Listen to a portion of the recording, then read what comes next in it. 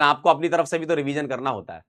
तो वो रिवीजन आप कैसे करें, उसके लिए एक स्ट्रेटजी होती है जिसको अपन बोलते हैं रिवर्स पिरामिड स्ट्रेटजी। ठीक है, ध्यान से देखिएगा, मैं आपको बता देता हूं ताकि आप जो चैप्टर खत्म हो गए, पहली बात शुरू इससे नहीं करना है, मतलब चैप्टर आप जब पढ़ रहे हो तो पूरे फुल लेक्चर से ही चैप्टर पढ़ना है आपको, है ना। तो जो आपका डिटेल कोर्स चल रहा है यानी कि यकीन 2.0 जो बैच चल रहा है, धमाकेदार चल रहा है, तो आपको इसी से ही सारा कंप्लीट करना है। जब कंप्लीट हो जाता है तो रिवीजन की स्ट्रेटजी आपकी ये है कि भाई एक चैप्टर खत्म हो जाए, है ना, और मान लो कभी टेस्ट में पिछला चैप्टर आ रहा हो, पुराना चैप्टर आ रहा हो, तो ये प्रीवियस चैप्टर के लिए आप अप्लाई करेंगे, हर एक जगह मत करने लगना है ना। प्रीवियस चैप्टर में आपको ये अप्लाई करना है, हर जगह मत लगा देना मालिक, पता चला कॉन्सेप्ट ही बिल्ड नहीं हो पा रहे तुम्हारे, है ना।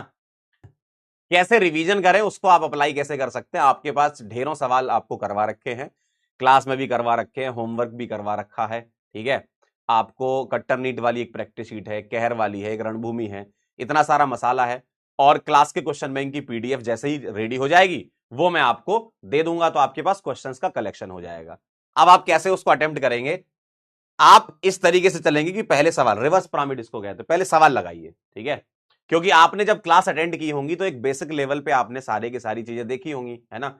जब पढ़ रहे होगे तो लगातार रिवीजन तो करते ही रहते हो ना आप लोग, तो आप क्वेश्चंस के थ्रू स्टार्ट करो। आपके पास क्लास का क्वेश्चन बैंक होगा, ठीक है, आपके पास कट्टर नीट की प्रैक्टिस शीट होगी, आपके पास कहर की प्रैक्टिस शीट है, आपके पास रणभूमि प्रैक्टिस शीट है ना। तो ये क्वेश्चंस का कलेक्शन है, तो इसको आप अप्लाई करें, क्वेश्चन की प्रैक्टिस करें।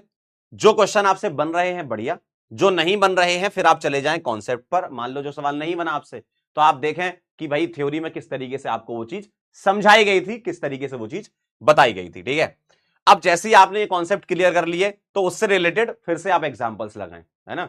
कि जैसे मान लो एक दो सवाल आपसे नहीं बने किसी पर्टिकुलर कॉन्सेप्ट के, आपने कॉन्सेप्ट रिवाइज किया और फिर उसी टाइप के और भी सवाल बना, और यहां पर खूब सारे सवाल, यहां खूब सारे सवाल आपको मिलेंगे, फिर आपने बनाए, और जो सवाल आपसे नहीं बने थे उसको नोट्स में उन पॉइंट्स को ऐड कर लें आप कहीं भी जगह देख करके कि भाई ये सवाल मेरे से रिवीजन के टाइम पे नहीं बन रहे थे और मैंने इनको सीख लिया था, इन कॉन्सेप्ट को मैंने क्लियर कर लिया था और सीखने के बाद मैंने उसको नोट्स में ऐड कर लिया था।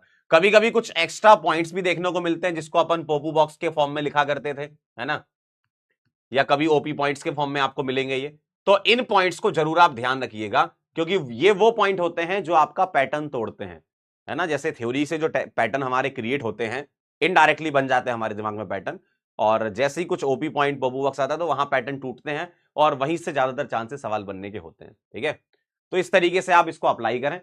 ठीक है, इसको रिवर्स पिरामिड टेक्निक कहते हैं और रिवीजन के तौर पे आप इसको यूज कर सकते हैं पिछले वाले चैप्टर का। ठीक है,